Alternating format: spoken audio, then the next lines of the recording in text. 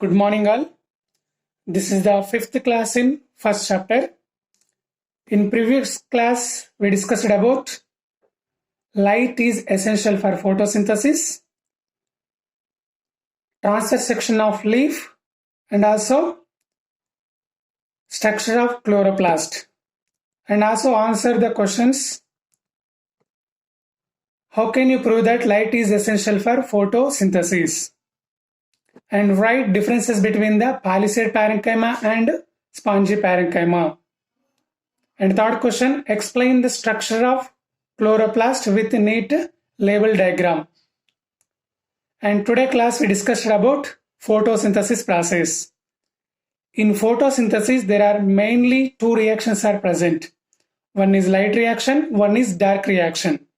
Light reaction is also called as light dependent reaction, and dark reactions we can call as light independent reaction.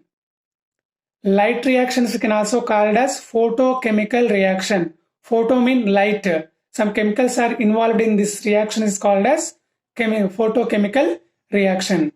And dark reaction also called as biosynthetic, means some new material will be synthesized in this process. So it's called as biosynthetic process. Dark reactions we can also call as biosynthetic process. Light reactions are occurs in the granum. It is present in the chloroplast. Third layer of the chloroplast converted into the granum. So granum is responsible for light reaction. In this reaction, solar rays, tiny particles of solar rays is called as photon. Photon contains small amount of energy is called as quantum. This quantum energy received by the chloroplast, it will activated. So energy received by the chloroplast, it is become activated. Photons are small units in the light energy. So whenever this light energy received by the chloroplast, it is become activated. This activated chlorophyll spill the water molecule into the H plus and OH minus ions. H plus and OH minus ions. H plus mean hydrogen, OH mean hydroxyl ions. After that, this process we can also call as photolysis. Water molecule spilled with using of sunlight. So it's called as photolysis. So these total reactions are discovered by the Robert Hill. So light reactions we can also call as Hill's reaction. In the second phase, H plus ions and OH minus ions are performing a number of reactions. They will creating some different kind of materials. H plus ions are producing water. This water is utilized by the plant body. And some another OH ions are producing oxygen. It is released into the atmosphere. So OH minus ions are producing two materials. One is water, second one is oxygen. And H plus ions are combined with NADP and form into the NADPH. And some of the another H plus ions are combined with ADP to form ATP. So H plus ion energy combined with one phosphorus to form ATP. So finally ADP convert into the ATP. So in the end of the photosynthetic segment or light reactions, we will see there are mainly two important products will be produced in the light reaction. One is NADPH, second one is ATP. NADPH and ATP, these two powers we can call as assimilatory powers. These two items are enter into the dark reaction. Dark reactions are occurs in the stroma.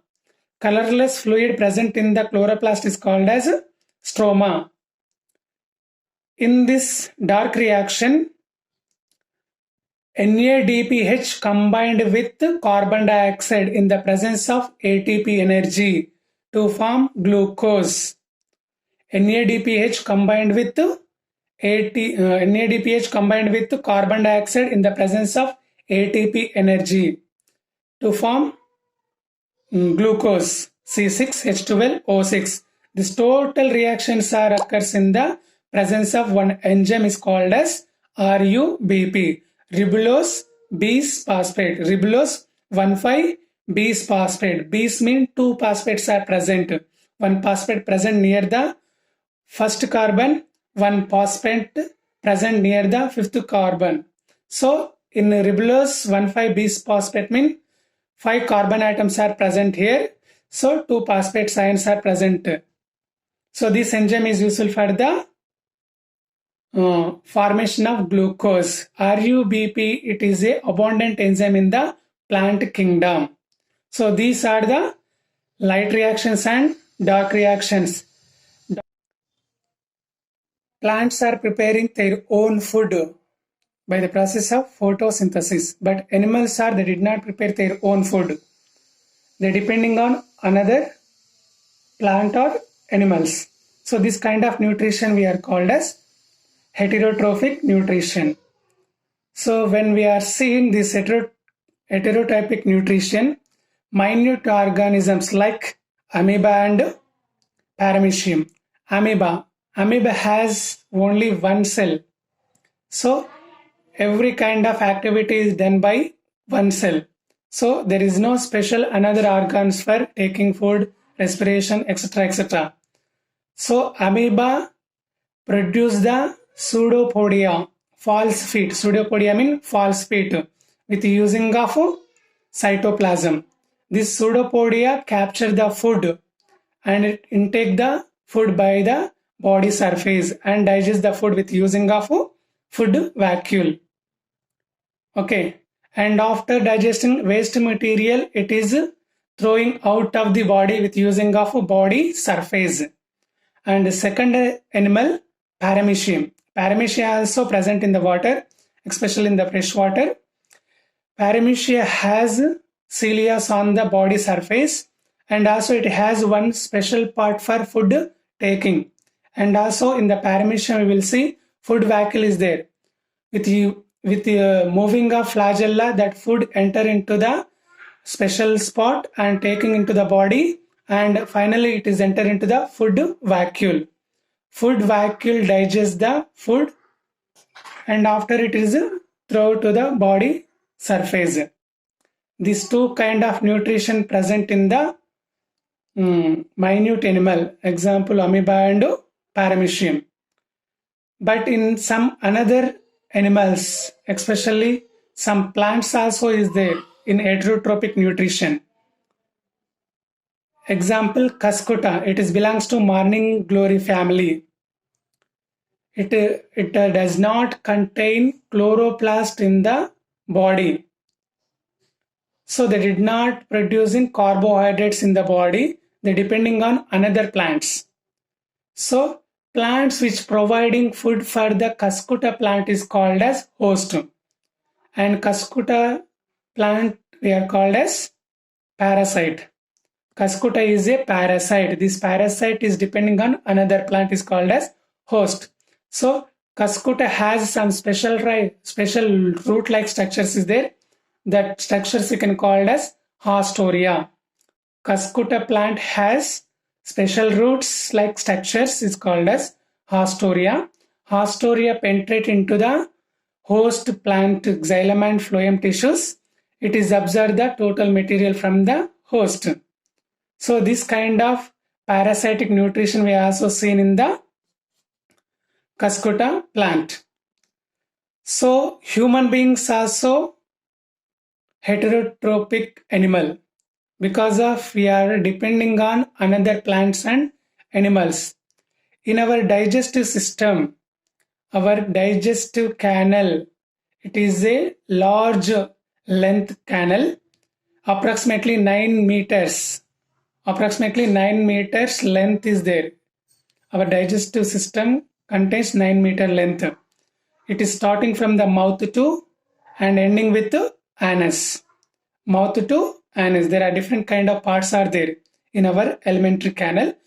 First, mouth, oral cavity, pharynx, esophagus, stomach, small intestine, large intestine, rectum, anus, and also pancreas and liver will be added to this alimentary canal. Pancreas producing some digestive enzymes and also insulin glucagon enzymes, hormones, and our liver producing bile juice. It does not contain any enzyme.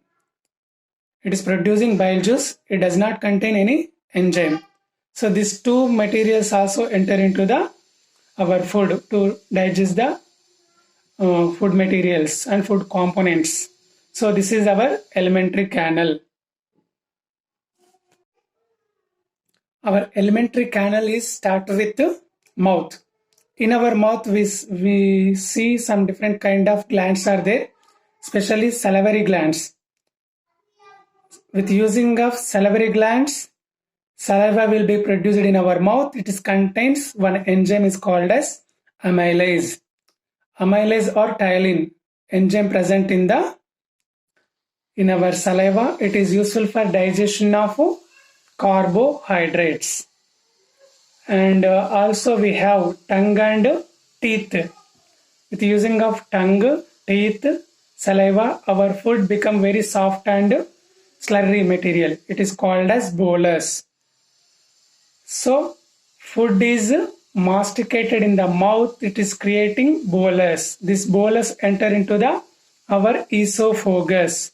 Esophagus is nothing but food pipe. It is starting from the pharynx and ending with the stomach. Between these two parts we have esophagus.